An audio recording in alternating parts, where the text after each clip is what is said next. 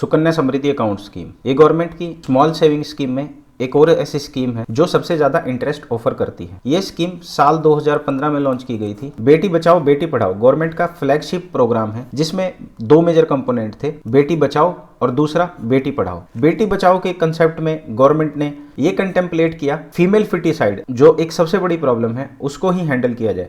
उसके लिए basically PNDT act है हमारे पास, प्रीनेटल डायग्नोस्टिक टेक्निक, जिसमें रेगुलेशन और इसके मिसयूज का प्रिवेंशन रोकने के लिए गवर्नमेंट ने स्ट्रिक्ट प्रोविजंस बनाए हुए हैं। सेकंड पार्ट था गर्ल चाइल्ड को तो आपने सेव कर लिया है। सेकंडली जो फैमिलीज हैं वो जनरली एक साइकोलॉजी है जिसमें गर्ल की एजुकेशन और मैरिज को एक तरह से कहीं ना कहीं बर्डन समझा जाता है। उस बैड साइकोलॉजी से टैकल करने के लिए गवर्नमेंट हाई इंटरेस्ट पे सेविंग स्कीम ऑफर करती है। इस स्कीम का बेसिक ओरिएंटेशन गर्ल चाइल्ड की एजुकेशन और मैरिज एक्सपेंस को हैंडल करने पे ज्यादा फोकस्ड है। तो क्या है ये स्कीम, क्या इसमें कंडीशंस है अकाउंट ओपनिंग की, कितना अमाउंट आप इसमें डिपॉजिट कर सकते हैं, कितना समय तक आपको ये डिपॉजिट रखना पड़ेगा, क्या प्रीमेच्योर क्लोजर का ऑप्शन है, कोई विड्रॉल कर सकते हैं इस स्कीम में या नहीं कर सकते हैं, या स्कीम को परमानेंट क्लोज कैसे किया जाता है, और कैसे इस स्कीम को बोला जाता है कि ये सबसे ज़्यादा इंटरेस्ट अर्निंग स्कीम है गवर्नमेंट की किसी भी स्कीम के कंपैरिजन में, स्मॉल सेविंग स्कीम की मैं अगर बात करूं।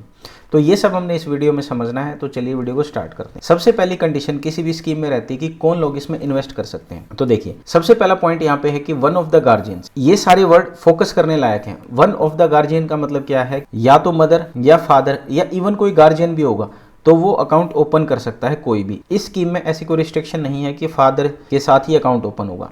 In the name of girl child, इस स्कीम में जो अकाउंट ओपन होगा वो गर्ल चाइल्ड के खुद के नाम से अकाउंट खुलेगा।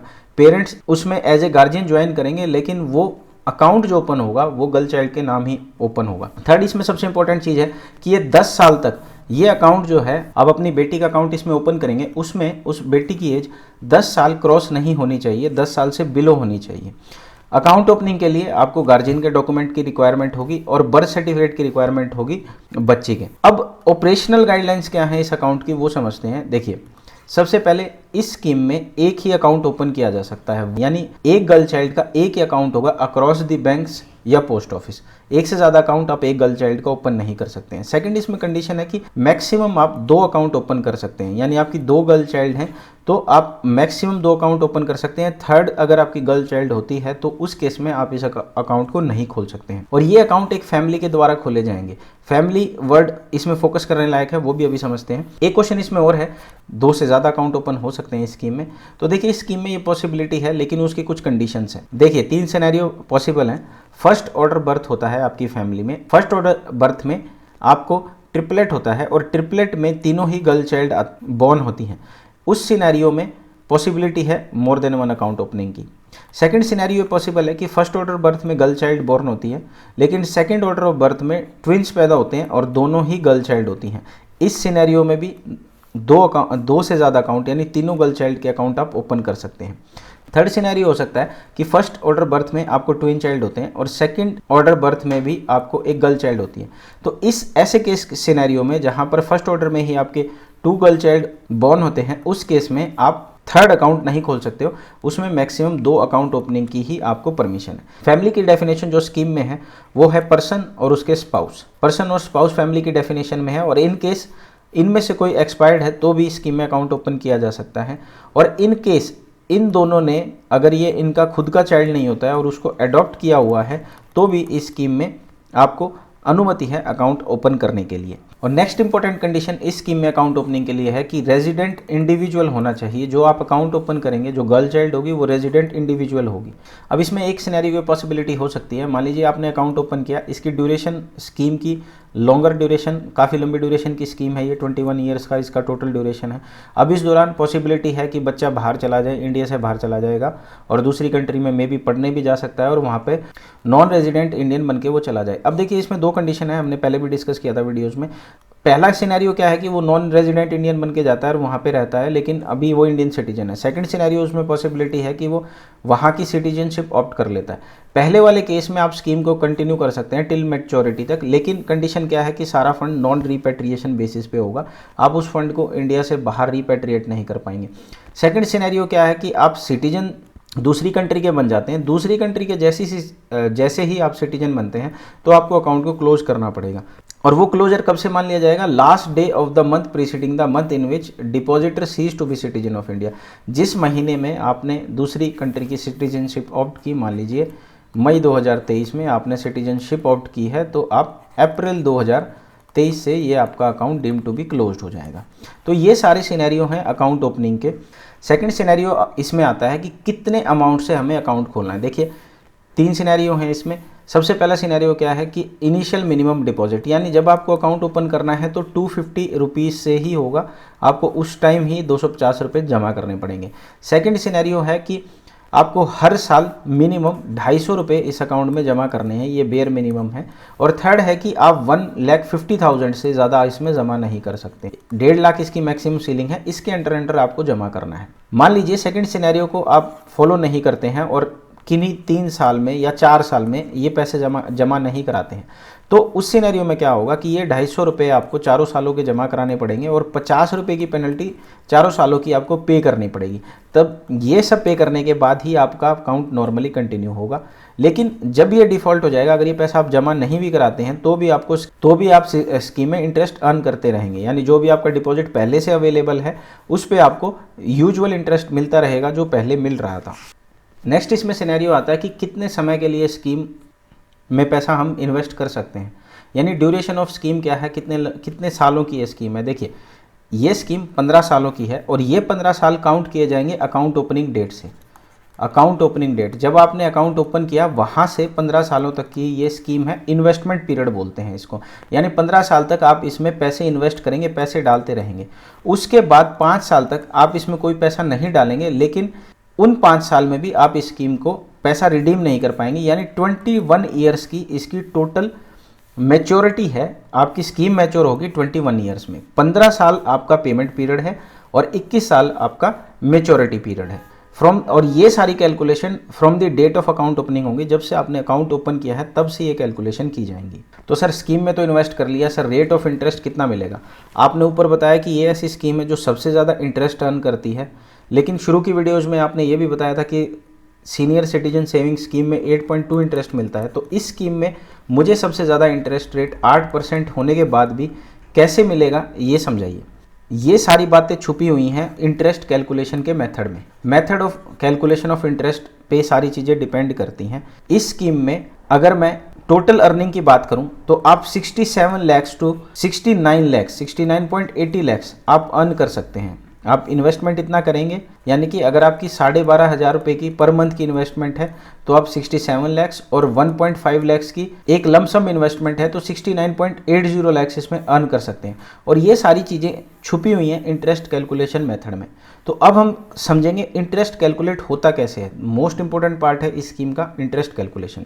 अगर आपने मेरी पीपीएफ की वीडियो देखी होंगी तो उसमें भी मैंने आपको ये सारा सिनेरियो समझाया था कि ये इंटरेस्ट वर्क कैसे करता है। अगर आपने नहीं देखी है तो आई बटन पर क्लिक करके आप देख सकते हैं, लेकिन इस वीडियो में भी कॉम्प्रिहेंसिवली समझेंगे हम रेट ऑफ इंटरेस्ट कैलकुलेशन। देखिए इस स्कीम में जो रेट ऑफ इंटरेस्ट मिलता है वो 8% मिलता है। ये जो गवर्नमेंट गाइडलाइन है डिपार्टमेंट ऑफ इकोनॉमिक अफेयर्स की, अगर उसमें आप इसको देखेंगे स्कीम को, तो ये आपकी सुकन्या समृद्धि स्कीम में एज ऑन डेट जो इंटरेस्ट रेट है वो 8% है। 8% आपको इंटरेस्ट मिलता है, लेकिन ये 8% इंटरेस्ट मिलता कैसे है? वो मिलता है आपको 8% पर एनम। 8% पर एनम आपको इंटरेस्ट मिलता है, लेकिन इसकी कैलकुलेशन मंथली होती है। मंथली कैलकुलेशन होती है और पर एनम के लिए 8% इंटरेस्ट मिलता है। इसका क्या मतलब है?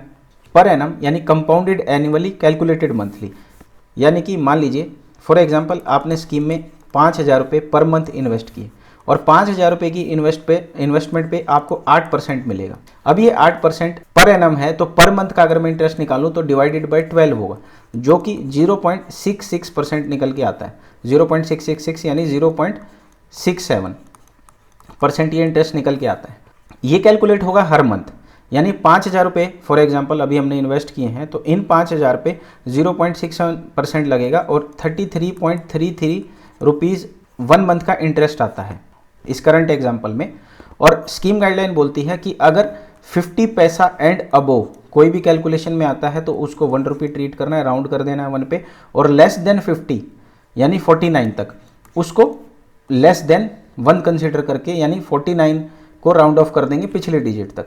तो अब 33.33 है तो हमारा 33 में राउंड ऑफ हो जाएगा। सिमिलरली नेक्स्ट मंथ में 5000 और 5000 10,000 हमारे इन्वेस्टमेंट आ जाएगी, जिस पे 66.67 मिल जाएगा, जो कि 67 रुपीज़ होगा। ऐसे ये मंथली कैलकुलेशन होती रहेगी और लास्ट तक जाते जाते हमारे को 400 रुपीज़ मिल जाएंगे। इन सारी कैलकुलेशंस का जो इंटरेस्ट है वो अभी आपके अमाउंट में एड ऑन नहीं होगा।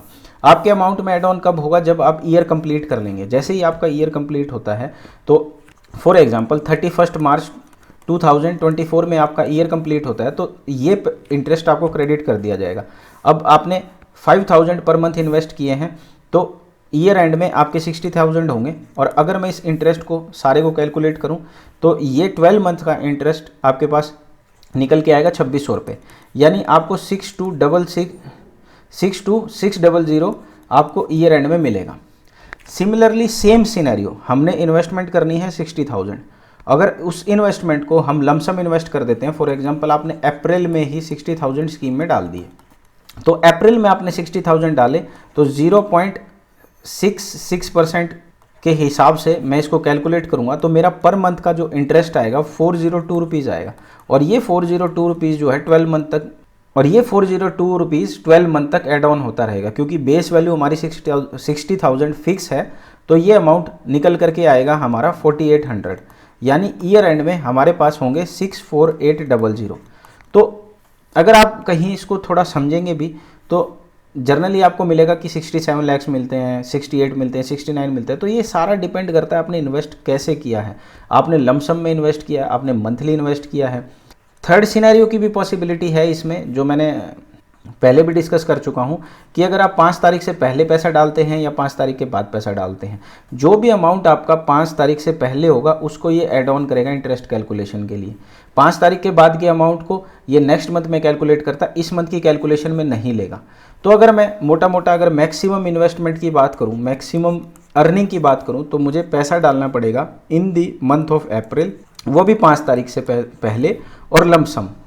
ये सारे सिनेरियो में फॉलो कर लेता हूं तो मैं स्कीम में 69.80 लाख अर्न करूंगा। सिमिलरली अगर मैं मंथली इन्वेस्टमेंट करता हूं 12,500 रुपये की, तो यही मेरा रिटर्न जो है निकल के आएगा 67.43 लाख। तो ये स्कीम में सारा का सारा इंटरेस्ट इस तरह से काम करता है और इस तरह से एक रेंज में आप पैसा अर्न कर सकते हैं। अब इन सारी कैलकुलेशन में अगर हम इन्फ्लेशन एडजस्ट कर देंगे या फिर टाइम वैल्यू ऑफ मनी की बात करेंगे तो एक डिफरेंट सिनेरियो पे हम चले जाएंगे। नेट रिटर्न की बात नहीं कर रहा हूँ मैं ये बात कर रहा हूँ कि आप इतना पैसा उस समय अर्न कर सकते हैं। उस समय उस पैसे की वैल्यू कितनी होगी इस चीज़ में अभी हम नहीं जा रहे हैं। लेकिन एक ये स्कीम, अगर आप किसी भी स्कीम की बात करें तो ये सबसे मिनिमम रिस्क वाली स्कीम है और बहुत ही बेटर इन्वेस्टमेंट की स्कीम है। नेक्स्ट इसमें आता है ऑपरेशन ऑफ अकाउंट। तो देखिए ऑपरेशन ऑफ अकाउंट का ऐसा है कि जैसा मैंने आपको शुरू में बताया कि अकाउंट ओपन गर्ल चाइल्ड के नेम में ही होगा, यानी गर्ल चाइल्ड के नाम में ही अकाउंट खुलेगा। अब जैसे ही वो 18 साल अटेन कर लेगी तो वो अकाउंट को खुद से ऑपरेट कर पाएगी। कुछ लोग इसको थोड़ा रिस्की प्रेपोजिशन भी समझते हैं कि 18 साल के बाद कंट्रोल बच्चे के हाथ में आ जाएगा। देखिए ये सारा डिपेंड करता है आपका नर्चरिंग पे और सारी चीज़ों पे। इस चीज़ के ऊपर हम डिबेट नहीं कर सकते कि ये ऑप्शन बेटर है या ख़राब है, लेकिन 18 साल के बाद बेसिकली ऑपरेशन बच्चे के हाथ में ही आ जाता है। नेक्स्ट इसमें है कि कोई ऐसा ऑप्शन है सर प्री मैच्योर क्लोजर का। जितनी भी आप स्कीम डिस्कस करते हैं उनमें प्री मैच्योर क्लोजर जरूर होता है कि कोई ना कोई ऐसा सिनेरियो बन जाता है कि लॉन्ग ड्यूरेशन की स्कीम में पैसे की रिक्वायरमेंट बीच में पड़ जाती है। तो देखिए प्री मैच्योर क्लोजर इस स्कीम में भी अलाउड है। उसकी कंडीशंस क्या हैं? सबसे पहली कंडीशन है कि death of the account holder. ध्यान देने वाली बात है, गार्जियन की बात नहीं हो रही, death of the account holder. अगर अकाउंट होल्डर ही बच्चा यानी एक्सपायर हो जाए, अनफॉर्चुनेट डेथ हो जाए, तो उस केस में प्री मैच्योर क्लोजर अलाउड है। डेथ सर्टिफिकेट आपको बैंक में देना पड़ेगा और गार्जियन को पैसा मिल जाएगा। और पैसा किस हिसाब से मिलेगा? डेट ऑफ डेथ तक। किसी भी डेट में डेथ होती है, मान लीजिए आपकी 22 मई में डेथ हो गई चाइल्ड की, तो 22 मई 2023 में अगर डेथ होती है तो तब तक तो वो आपको मिलेगा स्कीम में इंटरेस्ट के हिसाब से, यानी 8% के हिसाब से। उसके बाद क्या होगा कि उसके बाद जो डेथ क्लेम सेटलमेंट होगा, 2-3 महीने बाद आप बैंक में जाते हैं और पैसे को रिडीम करते हैं, तो उसके ऊपर आपको पोस्ट ऑफिस सेविंग बैंक का जो इंटरेस्ट जनरली 4% रहता है वो आपको मिल जाएगा। सेकंड कंडीशन क्या है? इस कंडीशन में तो आप क्लोज कर सकते हैं, कोई ड्यूरेशन का आप पे ऊपर क्लोज नहीं है। मान लीजिए आपने 2 साल ही स्कीम में इन्वेस्ट करते हुए थे और death of the account holder हो गया तो आप प्री मैच्योर क्लोजर ले सकते हैं। सेकंड इसमें है कि लाइफ थ्रेटनिंग कोई डिजीज़ आ जाता है अकाउंट होल्डर पे। ध्यान दीजिए, अकाउंट होल्डर पे कोई लाइफ थ्रेटनिंग डिजीज है या फिर गार्जियन की ही डेथ हो जाए तो भी इस पैसे को आप रिडीम कर सकते हैं, लेकिन इसमें कंडीशन यह है कि मिनिमम 5 साल आपके हो जाने चाहिए स्कीम को चलते हुए। 2023 में आपकी इन्वेस्टमेंट है तो 2028 तक आपने कंप्लीट कर लेना है टाइम को, तभी आप इसमें इस वाले पार्ट में पैसे को विड्रॉ कर पाएंगे। सर ये बात तो ठीक है कि आप प्री मैच्योर क्लोज कर सकते हैं इन केस ऑफ डेथ और इन केस अगर मान लीजिए कोई एक्सट्रीम हेल्थ कंडीशन है, लेकिन सर जैसा आपने शुरू में बताया कि स्कीम की ओरिएंटेशन है बच्चे की एजुकेशन पे, तो बच्चे की जो एजुकेशन होती है बेसिकली वो सर वेरी करती है 10th के बाद या 18 के बाद। जब 18 ईयर्स का बच्चा हो जाता है या 10th क्रॉस कर लेता है तो पैसे की रिक्वायरमेंट पड़ती है बच्चे को। तो सर उस सिनेरियो में क्या मैं कुछ पैसे निकाल सकता हूँ स्कीम से? हाँ, स्कीम में आपके पास ऑप्शन है पैसा विड्रॉ करने का। 50% आप अमाउंट आप निकाल सकते हैं उस समय में, लेकिन 50% किसका? जिस साल आप विड्रॉल की एप्लीकेशन डालेंगे। आपने विड्रॉल की एप्लीकेशन डाली 2024 में, जून 2024 में आपने एप्लीकेशन डाली कि मुझे पैसा विड्रॉ करना है। प्रीवियस फाइनेंशियल ईयर में जाएंगे यानी कि मार्च 2024, 31 मार्च 2024 में पैसा देखा जाएगा कि स्कीम में कितना पैसा पड़ा है, उसका 50% आपको मिल जाएगा। लेकिन कंडीशन क्या है? कंडीशन ये है कि या तो आपने 10th पास कर ली हो या फिर आपने 18 साल की उम्र अटेन कर ली हो। तो सर इसमें कोई और कंडीशन भी है क्या? सर देखिए इसमें एक कंडीशन और भी है। जब आप इस पैसे को एजुकेशन के लिए ही यूज़ कर रहे हैं तो आपको उसका प्रूफ प्रोड्यूस करना पड़ेगा कि मेरे को एजुकेशन में इतना पैसा रिक्वायर्ड है। और ये पैसा आप लमसम में भी निकाल सकते हो या इंस्टॉलमेंट में भी निकाल सकते हो। हर साल एक इंस्टॉलमेंट में आप पैसा निकाल पाएंगे और 5 साल तक आप ऐसा कर पाएंगे। लेकिन इसमें जो मेन कंडीशन ये है कि एक्चुअल एक्सपेंसेस देखे जाएंगे। हो सकता है मेरे स्कीम में 5 लाख रुपए पड़े हुए हैं, उसका 50% 2.5 लाख रुपए निकल के आता है, लेकिन मैं जिस एजुकेशन के लिए जा रहा हूँ उसमें मुझे मान लीजिए 2 ही लाख रुपए लगने वाले हैं, तो 2 लाख के बियॉन्ड में वो पैसा नहीं निकाल पाऊंगा। मैक्सिमम विड्रॉल मेरा डिपेंड करेगा कि फंड रिक्वायरमेंट कितना है। तो सर इस स्कीम को क्लोज कब करना है? इस स्कीम को क्लोज आपने करना है 21 साल बाद, जब आपने अकाउंट ओपन किया उससे 21 ईयर्स के बाद आप इसको अकाउंट को ओपन कर सकते हैं। या सेकंड सिनेरियो जब कर सकते हैं कि आपकी मैरिज हो जाए, यानी बच्चे की मैरिज हो गई, 18 साल उसने उम्र अटेन कर ली और उसके बाद उसने मैरिज कर ली, तो भी आप इस अकाउंट को क्लोज कर सकते हैं। मान लीजिए वो 19 साल का है, 20 साल का है, तभी भी इस अकाउंट को क्लोज किया जा सकता है। लेकिन उसमें कंडीशन क्या है कि अगर आप मैरिज ग्राउंड पे अकाउंट को बंद करने जाएंगे तो 1 महीना पहले, नॉट बिफोर 1 मंथ आएगा, थोड़ा सा करेक्शन है, 1 महीना पहले और 3 महीने बाद आप इस अकाउंट को बंद नहीं कर पाएंगे। यानी डेट ऑफ मैरिज मान लीजिए ये है तो इससे 1 महीने पहले या फिर डेट ऑफ मैरिज के 3 महीने बाद तक आपको इसको अकाउंट को बंद करना है। अगर आप ये पीरियड क्रॉस कर लेंगे तो आप इसको बंद नहीं कर पाएंगे, फिर आपको टिल मैच्योरिटी पे ही ये बंद करना पड़ेगा। सर कोई नॉमिनेशन फैसिलिटी है? देखिए स्कीम में 2018 से पहले सिनेरियो डिफरेंट था और 2018 के बाद थोड़े चेंजेस कर दिए गए हैं। 2018 के बाद आप इसमें नॉमिनेट कर सकते हैं। नॉमिनेट इंडिविजुअल को भी कर सकते हैं, माइनर को भी कर सकते हैं। अगर आप माइनर को नॉमिनेट करेंगे तो वो रिप्रेजेंटेड बाय गार्जियन होगा, आपको गार्जियन को भी नॉमिनेट करना पड़ेगा जो उसके बिहाफ पे पैसे को कलेक्ट करेगा। और अगर मान लीजिए आप इंडिविजुअल को नॉमिनेट करते हैं तो उस केस में आपके पास चॉइस है कि 4 लोगों को आप इसमें नॉमिनेट कर सकते हैं मैक्सिमम, चाहे तो 1 को भी कर सकते हैं, चाहे 4 लोगों को भी कर सकते हैं। लेकिन ये सारा काम आपको स्कीम के चलते चलते करना है। सर बैंक से थोड़ा बहुत डिस्प्यूट हो जाए, पोस्ट ऑफिस में डिस्प्यूट हो जाए, ट्रांसफ़र कर सकते हैं? हाँ जी, ब्रांच टू ब्रांच ट्रांसफ़र कर सकते हैं और बैंक टू बैंक ट्रांसफ़र कर सकते हैं, आपको अलाउड है। लेकिन सर एक बात बताइए, जब आप इंटरेस्ट की बात कर रहे थे तो आप बोल रहे थे कि इसमें हर महीने इंटरेस्ट कैलकुलेट होता है, तो मान लीजिए मैं साल के बीच में कभी भी आता हूँ इस अकाउंट को दूसरे बैंक में ही ट्रांसफ़र कर लेता हूँ, तो क्या मान लीजिए 6 महीने का मेरा जो इंटरेस्ट था वो मुझे मिल जाएगा? नहीं, आपका जो भी इंटरेस्ट क्रेडिट होगा वो ईयर एंड पे ही होगा, वो बैंक अपने हिसाब से एडजस्टमेंट करेंगे, आपको पैसा ईयर एंड पे ही क्रेडिट होगा, तभी उस पर कंपाउंडिंग लगेगी। तो सर स्कीम में कोई टैक्स बेनिफिट है क्या? टैक्स बेनिफिट इसमें सेम है जैसा पब्लिक प्रोविडेंट फंड में था। ट्रिपल स्कीम है, एग्जेम्प्टेड कैटेगरी की स्कीम है। जो आप इन्वेस्टमेंट करेंगे 1.5 लाख तक उस पर आप रिबेट क्लेम कर सकते हैं। जो इंटरेस्ट इसमें एक्यूर होगा उस पर आप रिबेट क्लेम कर सकते हैं और विड्रॉल पे भी आप रिबेट ले सकते हैं। तो ट्रिपली बेनिफिट की ये स्कीम है। ऑल इन ऑल अगर मैं समराइज़ करूं तो स्कीम में आपको 8% मिलता है। एक तरह से कंपाउंडिंग इंटरेस्ट ही है क्योंकि ईयर एंड के बाद ये सारा का सारा पैसा आपके अकाउंट में आ जाता है और कंपाउंड हो जाता है। और रेंज ऑफ इन्वेस्टमेंट की बात करता हूँ तो 12,500 की इन्वेस्टमेंट रेंज या फिर 1.5 लाख की इन्वेस्टमेंट रेंज में मुझे 67 टू ऑलमोस्ट 69 लाख इसमें मिल जाता है। तो स्कीम बड़ी लुक्रेटिव है। और बेस्ट पार्ट क्या है, ये सारा का सारा पैसा गवर्नमेंट ऑफ इंडिया की सिक्योरिटी पे है, आपको कोई रिस्क नहीं होता, इन्वेस्टमेंट रिस्क इसमें नहीं है। बहुत ही नोवल कंसेप्ट से ये स्कीम लॉन्च करी गई है। बेसिक आइडिया है कि to educate the girl child, और उसकी मैरिज के टाइम पे उसके पास पैसे हों, तो आप इस स्कीम में इन्वेस्ट कर सकते हैं। और आई होप मैंने सारे पॉइंट्स को टच किया है और आपको स्कीम की क्लैरिटी होगी। आई रिक्वेस्ट कि आप मेरे चैनल को सब्सक्राइब करें।